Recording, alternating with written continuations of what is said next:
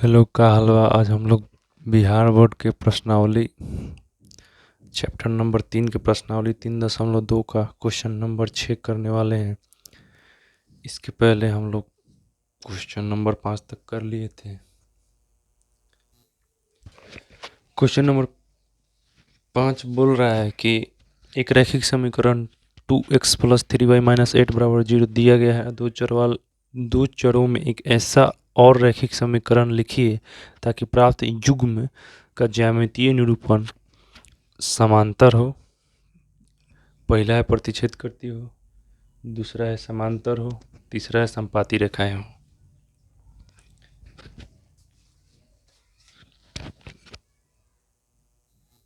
Simple समझते हैं कि एक रैखिक समीकरण दे दिया है, तो ये एगो तो दिया है रैखिक समीकरण, एगो और लिखना है जो कौन सा कंडीशन सेटिस्फाई करे, प्रतिच्छेद करती रेखाएं हो। ठीक है, एगो रैखिक समीकरण दे दिया है, एगो और लिखना है जो कौन सा कंडीशन सेटिस्फाई करे, प्रतिच्छेद करती हुई रेखाएं का कंडीशन क्या होता है, a1/a2 not equal to b1/b2। ये प्रतिच्छेद करती हुई रेखाएं का कंडीशन था, तो इसी को हमको दिखाना है। तो आइए हम देखते हैं। मान दिया गया है कि 2x + 3y - 8 = 0 दिया गया है। ये जो रैखिक समीकरण है इसका तुलना करते हैं a1x + b1y + c1 = 0 से करने पर। तो देखिए, x के साथ यहाँ a1 है तो x के साथ क्या 2 है, तो a1 = 2। यहाँ y के साथ b1 है तो y के साथ 3 है तो b1 = 3। c1 की जगह क्या है -8, तो c1 = -8। तो माना कि अभिष्ट समीकरण, अभिष्ट मतलब जो हमको निकालना है। ठीक है, अभिष्ट समीकरण क्या मान लिए कि a2x b2y + c2 = 0। ठीक है, एगो तो ये समीकरण हो गया। मान लेंगे इसको, इसी समीकरण को निकालना है ताकि दो गो समीकरण को लेके रेखाएं प्रतिच्छेद करती हुई दिखाएंगे, रेशियो निकाल के लिखेंगे। फिर चूंकि समीकरण प्रतिच्छेद करती हुई रेखाएं निरूपित करती है तो क्या होता है, a1/a2 not equal to b1/b2। तो a1 का वैल्यू कितना निकाले हैं, 2। a2 का वैल्यू कितना निकाले हैं, सॉरी, b1 का वैल्यू कितना निकाले हैं, 3। तो पुट कर देंगे। यहाँ से हम लोग क्या देख रहे हैं कि 2/a2 है, 3/b2 है। ठीक है, तो ये जो a2 है ना, अब b2, इसके स्थान पर शून्य नहीं होना चाहिए। कैसे कि किसी भी संख्या में 0 से भाग देंगे तो वो अनडिफाइन हो जाता है। ठीक है, किसी भी संख्या में 0 से भाग देंगे तो अनडिफाइन है, यानी a2 और b2 0 तो नहीं होगा, 0 नहीं होगा। ठीक, तब अभिष्ट रेखा a2x + b2y = c2 होगा। इतना होगा कब, और कंडीशन है जहाँ a2 जो है, ये वाला a2 2 के बराबर भी नहीं होना चाहिए, या b2 3 के बराबर नहीं होना चाहिए। अगर देखिए यहाँ 2 है, a2 2 के बराबर हो गया, अब बराबर b2 3 के बराबर हो गया, तो कट जाएगा, तो ये दोनों बराबर हो जाएगा, तो रेखाएं प्रतिच्छेद करेगा। 1 = 1 आ जाएगा तो रेखा प्रतिच्छेद नहीं करेगा। इसलिए लिखा गया है कि a2 2 के बराबर नहीं होगा, b2 3 के बराबर नहीं होगा, और जो a1 है ऊपर वाला, a1 यहाँ 2 आया है, b1 यहाँ 3 आया है, तो ये a1 जो है 0 के बराबर नहीं होना चाहिए और b1 भी 0 के बराबर नहीं होना चाहिए। कैसे कि किसी भी संख्या से मान लीजिए 4 5 6 कुछ से भाग देंगे 0 में तो वो 0 हो जाएगा, तो इसलिए 0 के बराबर भी नहीं होना चाहिए। और a2 b2 c2 वास्तविक संख्या होगा। ठीक है, a2 b2 c2 वास्तविक संख्या होगा। ठीक है, तो हम लोग पहले देख लिए। अब a2 b2 की जगह कोई भी वास्तविक संख्या लिख देंगे, 2 के बराबर नहीं होगा a2 b2। ठीक है, और 0 नहीं होगा, a2 2 अथवा 0 नहीं होना चाहिए। ठीक है, ऐसे ही b2 3 अथवा 0 नहीं होना चाहिए। ठीक है, यहाँ छूट गया है b2, जो b2 भी होगा ना, या तो 3 नहीं होगा, 3 के बराबर भी नहीं होगा, या b2 नॉट इक्वल टू 0 के बराबर होना चाहिए। ठीक है, इसको ऐड कर लीजिएगा, यहीं पे लिख लीजिएगा साइड में। ठीक है, तो हम लोग को यही दिखाना था। अब a2 b2 c2 की जगह कोई भी वास्तविक संख्या a2 b2 c2 की जगह 2 और 3 2, 3 और 0 को छोड़ के कोई भी वास्तविक संख्या लिख दीजिए, आपका समीकरण आ जाएगा जो कि प्रतिच्छेद करती हुई रेखाएं होगा। ठीक है, अब क्वेश्चन 6 का पहला था प्रतिच्छेद, अब दूसरा देखते हैं समांतर वाला कंडीशन। ये 6 नंबर का दूसरा समझते हैं। समीकरण दिया है, समांतर रेखाएं हैं, दूसरा कंडीशन दिया है। तो दिया गया समीकरण 2x + 3y - 8 = 0, तुलना करते हैं a1x + b1y + c1 = 0 से करने पर a1 = 2 आएगा, b1 = 3 आएगा, c1 = -8 आएगा। इससे तुलना a1 के साथ क्या है, सॉरी x के साथ क्या है a1, तो x के साथ 2 है तो a1 = 2, b1 के साथ सॉरी y के साथ क्या है b1, तो y के साथ क्या है 3, तो b1 = 3, c1 = -c1 की जगह -8 है। चूँकि समीकरण समांतर रेखाएं निरूपित करते, समांतर रेखा का कंडीशन क्या था, जब दिया हुआ रैखिक समीकरण युग समांतर था तो उसका कंडीशन क्या था, a1/a2 = b1/b2 not equal to c1/c2। तो a1 की जगह क्या है 2, b1 की जगह क्या है 3, a1 2 b1 3, c1 की जगह क्या है -8 बराबर, तो a1/a2 equal to b1/b2 not equal to c1/c2। तब ई दोनों को लेते हैं पहले, ठीक है, पहले ई दोनों को लेते हैं। तो 2/a2 3/a2, तो यहाँ से a2 को इधर भेज देंगे, 3 को इधर भेज देंगे, यानी a2/b2 क्या हो जाएगा 2/3। तो a2 और b2 का रेशियो क्या हो गया 2/3 होना चाहिए। इसका मतलब क्या है, अगर रेशियो में है तो a2 = 2 के मान लेंगे, 2k, अब b2 = 3 के मान लेंगे, चूँकि रेशियो में रहता है ना, जैसे a2/b2 है 2/3 है, तो a2 = 2 के मान लेंगे, ठीक है। अब b2 = 3 के मान लेंगे, कैसे के है, अगर मान लीजिए यहाँ 2 से गुना करते हैं, यहाँ भी 2 से गुना करते हैं, तो 2 2 कट जाएगा, यानी यही रेशियो आएगा, इसलिए के माने हैं कि दोनों सेम से गुना करेंगे ऊपर नीचे तो रेशियो में कोई फर्क नहीं पड़ेगा, ठीक है। 2 के है जहाँ के एक स्थिरांक है। अब देखिए, अब ई दोनों को लेते हैं, अब ई दोनों को लेते हैं, तो a2 अब b2 का मान समझ में आ गया ना कि k की जगह कुछ भी हो सकता है, जहाँ k एक स्थिरांक, k का मान कुछ भी ले सकते हैं, ठीक है। जैसे a2/b2 आया था 2/3, तो यहाँ कुछ से गुना करिए, मान लीजिए 4 से ऊपर गुना करेंगे 4 से नीचे, तो 4 4 कट जाएगा, तो यानी 2/3 बचेगा, यानी इसी के मल्टीपल में k वो कुछ स्थिरांक होगा, यानी k का कुछ वैल्यू होगा। अब यहाँ इस दोनों का 3/b2 not equal to -8/c2, इस फिर देंगे 3/b2 की जगह क्या है 3 के माने हैं, -8/c2, तो 3 से 3 कट जाएगा, c2 का वैल्यू क्या आ जाएगा -8k, -8k होगा c2 का वैल्यू, सॉरी c2 जो होगा ना नॉट इक्वल टू -8k, यानी c2 जब भी आएगा ना तो -8k के गुणनखंड के रूप में नहीं आएगा, ठीक है, नहीं आएगा। तो इसको लिख देते हैं ऐसे कि अतः अविष्ट समीकरण 2kx 3ky - nk = 0, जहाँ n जो होगा -8 के बराबर नहीं होगा, यहाँ 8k आ रहा था, अतः k एक अनुपातिक स्थिरांक हो, जहाँ का होगा k एक अनुपातिक स्थिरांक होगा।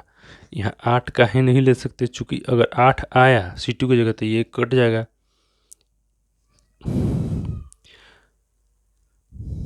कट कर जाएगा। यहाँ से देखिए c2 जो है c2 not equal to -8k आना चाहिए, मतलब c2 जो आएगा -8k के बराबर नहीं आएगा, यानी 8 का मल्टीपल आ रहा है कांस्टेंट में, ठीक है। कांस्टेंट में किसका मल्टीपल आ रहा है 8 का, यहाँ जो कांस्टेंट है इसमें किसका मल्टीपल नहीं आना चाहिए 8 का, ठीक है, नॉट इक्वल टू 8 का, वो भी माइनस में, ठीक है। तो यहाँ भी हम लोग कांस्टेंट में n लगा दिए हैं, ठीक है, कांस्टेंट में क्या लगा दिए हैं n के, जहाँ n जो होना चाहिए -8 के बराबर नहीं होना चाहिए, अगर -8 नहीं आया तो उसका मल्टीपल भी नहीं आएगा, इसलिए अविष्ट हम लोग का ये अविष्ट समीकरण 2kx 3ky - nk = 0। और क्वेश्चन नंबर 3 देखते हैं। क्वेश्चन नंबर जो 2 में था 2 में इसके पहले वाला क्वेश्चन में एक और चीज़ सोच रहे थे कि हम लोग को क्या A2 B2 और C2 तीनों का मान निकाल के इक्वेशन बना के वही लिख दिए थे अर्थात अब इस समीकरण में, जहाँ k गो था अनुपातिक स्थिरांक था। ठीक है, मतलब हम लोग इस सब का क्वेश्चन में ना A2 B2 C2 का मान निकाल के उसका इक्वेशन बना के लिख देना है। तो ये क्वेश्चन नंबर 3 देखते हैं, छठा का। क्या बोल, रेखाएं संपाती होंगे तो दिया गया समीकरण फिर तुलना करेंगे A1 B1 C1, तो A1 का मान 2 B1 का मान 3 C1 का मान 1 -8। तो रेखाएं क्या है, संपाती हैं। तो A1/A2 बराबर B1/B2 बराबर C1/C2 रेखाएं संपाती होती है तो तीनों रेशियो बराबर होता है। A1 का मान रख दिए, B1 का मान रख दिए, C1 का मान रख दिए, बराबर मान लिए 1/k। 1/k का है मान है कैसे कि हमको A2 का मान निकालना है, B2 का मान निकालना है और C2 का मान निकालना है। तब ना समीकरण A2x + B2y + C2 बराबर 0 लिखेंगे। A2 की जगह लिख देंगे, B2 का मान निकाल के रख देंगे, C2 का मान निकाल के रख देंगे। ठीक है,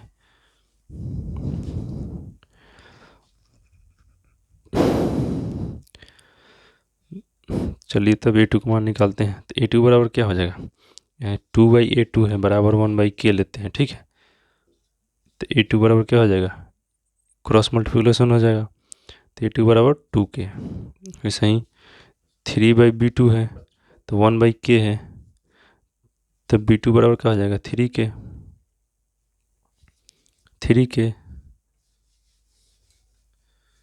ऐसे ही -8/C2 है, 1/k है, ऐसे ऐसे हो जाएगा। तो C2 बराबर -8k। तो वही निकालें, A2 बराबर 2k, B2 बराबर 3k, C2 बराबर -8k। तो अब इस समीकरण क्या हो जाएगा, हम लोग पहला तो ये हो गया, दूसरा का क्या है, A2x + B2y + C2 बराबर 0। तो A2 का मान निकाल लिए, A2 का कितना आ रहा है, 2k, A2x B2y और C2 का आ रहा है क्या, -8k। ठीक है, -8k, C2 की जगह -8k। ठीक है, तो अतः अब समीकरण इतना है जहाँ k एक अनुपातिक स्थिरांक है। ऐसे ही क्वेश्चन 1 में भी किए थे, A2 B2 और C2 का मान निकाल के उसमें पुट कर दिए थे। अब इस समीकरण A2 और B2 C2 के जगह क्वेश्चन नंबर 2 में रेखाएं समांतर थी तो उसमें भी A2 B2 C2 का मान निकाल के उसमें पुट कर दिए थे। और क्वेश्चन नंबर 3 में A2 B2 C2 का मान वैसे ही निकाल के उसका मान उसमें A2 B2 और C2 का मान इसमें रख देना है। A2 B2 C2 का मान निकाल के इसी में रख देना है, रख देंगे तो ये इक्वेशन आएगा। ठीक है, हम क्वेश्चन नंबर अब देखते हैं 7। 6 वाला थोड़ा एक बार और समझा देते हैं। पहला में क्या था, प्रतिच्छेद करती थी। तो इसमें क्या है, A2 A1/A2 not equal to B1/B2।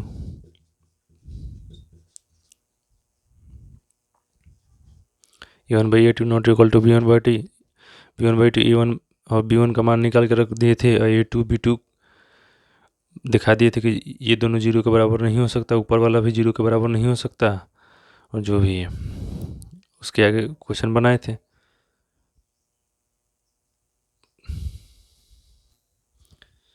यहाँ 2 आया था, इसका मान 3 आया था, तो A2 2 के बराबर नहीं हो सकता, B2 3 के बराबर नहीं हो सकता, 0 के बराबर नहीं हो सकता। ठीक है, तो पहला तो ठीक से समझ में आ गया था। दूसरा क्वेश्चन में थोड़ा डाउट लग रहा था। दूसरा क्या था, दूसरा समांतर था, समांतर। तो A1/A2 equal to B1/B2 not equal to C1/C2। तो हम लोग पहला समीकरण A1x + B1y + C1 बराबर 0, ये पहला माने थे, इसी से कंपेयर करके A1x B1y या +C1 से निकाले थे। ठीक है, और दूसरा अब इस समीकरण माने थे A2x + B2y + C2 बराबर 0। ये पहला समीकरण था जिसे A1 A2 का माना गया था, ये दूसरा अविष्ट निकालना था। तो A2 B2 C2 का मान निकाल के उसमें पुट कर दिए थे, ये अभी समीकरण आ गया था। 3 नंबर में भी रेखाएं समपाती थी, तो समपाती हो जाएगा। यहाँ बराबर हो गया था, तो यहाँ भी A2 B2 C2 का मान निकाल के इस समीकरण में पुट कर दिए थे, तो वो हम लोग का भी समीकरण आ गया था। क्वेश्चन नंबर 7 देखते हैं। क्वेश्चन नंबर 7 बोल रहा है कि समीकरण x माइनस वाई प्लस 1 बराबर 0, ठीक है। एक ये समीकरण है, इसको समीकरण 1 मान लेंगे। एक और समीकरण है 3x प्लस 2y माइनस 12 बराबर 0, ये समीकरण 2 है, ठीक है। तो बोल रहा है ना कि ये दोनों इसका ग्राफ खींचना है, इसका और इसका समीकरण का ग्राफ खींचना है, और x अक्ष इन रेखाओं से बने त्रिभुज के शीर्षों के निर्देशांक ज्ञात करना है। और ये दोनों ग्राफ खींचेंगे, एक्स एक्सिस पे जो भी इससे त्रिभुज बनेगा, ये दोनों रेखा से, ठीक है। ये दोनों रेखा खींचेंगे, इससे जो त्रिभुज बनेगा उसका निर्देशांक ज्ञात करना है और त्रिभुजाकार पटल को छायांकित करना है। तो आइए देखते हैं, पहले इसका ग्राफ खींचते हैं। तो x माइनस वाई प्लस 1 बराबर 0 है, तो x का वैल्यू 0 रखें, x का वैल्यू 0 रखें यहाँ, माइनस वाई प्लस 1 बराबर 0, तो y बराबर क्या हो जाएगा 1। ये 1 उधर जाएगा तो -1, तो माइनस माइनस कट जाएगा, तो y बराबर 1। अब x का वैल्यू 4 रखते हैं, x का वैल्यू 4 रखेंगे, 4 माइनस वाई प्लस 1 बराबर 0, तो 4 1 कितना हो जाएगा 5, माइनस में y है तो माइनस वाई इधर और -5 इधर, तो माइनस माइनस कट जाएगा, तो y बराबर 5, ठीक है। तो x का वैल्यू 0 रखने पर y का मान 1, x का वैल्यू 4 रखने पर y का मान 5। तो अब इस समीकरण को ड्रॉ करते हैं। x का वैल्यू 0 कहाँ होगा, यहाँ। y का वैल्यू 1 कहाँ होगा, यहाँ। तो ये a पॉइंट मिला, ठीक है। इस पॉइंट को a नाम दे देते हैं। अब x का वैल्यू 4 रखते हैं, तो y का वैल्यू कितना 5।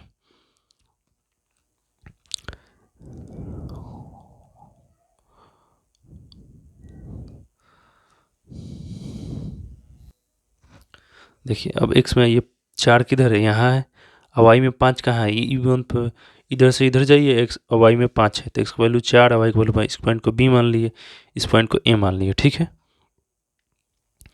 ये a पॉइंट था, ये b पॉइंट था। अब e पॉइंट और e पॉइंट दोनों को मिला के ये स्केल से लाइन खींचिएगा तो ऐसे आएगा, ठीक है। अब इसको निकालते हैं। दूसरा समीकरण 3x plus 2y minus 2l बराबर 0, तो x का वैल्यू 0 रखिएगा तो y का वैल्यू 6 आएगा, और x का वैल्यू 6 रखिएगा तो y का वैल्यू -3 आएगा, ठीक है। तो x का वैल्यू 0 रखिए, 3 × 0 प्लस 2y बराबर 12, तो y का वैल्यू 6 आएगा। ये x का वैल्यू 6 रखिए, 3 × 6 प्लस 2y बराबर 12, तो y का वैल्यू यहाँ से -3 आएगा। तो अब इसको ड्रॉ करते हैं। x का वैल्यू 0 लें तो y का वैल्यू 6, x का वैल्यू 0 यहाँ होगा, तो y का वैल्यू 6 कहाँ जाएगा, यहाँ। इस पॉइंट को c मान लेते हैं, इस पॉइंट को c मान लेते हैं, ये b पॉइंट माने थे। x का वैल्यू 6 लेते हैं, x का वैल्यू 6 है, ये 6, और y का वैल्यू -3, 6 और -3 नीचे आएगा। इस पॉइंट को d मान लेते हैं, ये दोनों पॉइंट को d मान लिए। तो ये जो लाइन था आपका ए बी और सी डी, ये सी डी, ये वाला लाइन था x माइनस वाई प्लस 1 बराबर 0, ये वाला लाइन आया था 3x प्लस 2y माइनस बराबर 0। देखिए इन दोनों को ऐसे खींचेंगे, इसको इस पॉइंट को और इस पॉइंट को मिलाएंगे, इसे इस पॉइंट को मिलाएंगे इसे, तो त्रिभुज बनेगा। एगो एक से इसके साथ त्रिभुज बनेगा ये दोनों लाइन से, ठीक है। ये त्रिभुज बन रहा है। अब इसी त्रिभुज का हमको क्या निर्देशांक ज्ञात करना था, ये त्रिभुज बन रहा है ना, तो इसी का निर्देशांक ज्ञात करना था। तो देखिए पहले यहाँ मिल रहा था, तो देखिए इधर 2 इधर 3, यानी x का वैल्यू 2 y का वैल्यू 3 पे मिल रहा था, इसको p मान लेंगे, ठीक है। इधर देखिए क्या मिल रहा है, x का वैल्यू इधर -1 पे मिल रहा है, y में कुछ जा नहीं रहता 0, ठीक है। इधर देखिए x का वैल्यू 0 पे मिल रहा है, और x का वैल्यू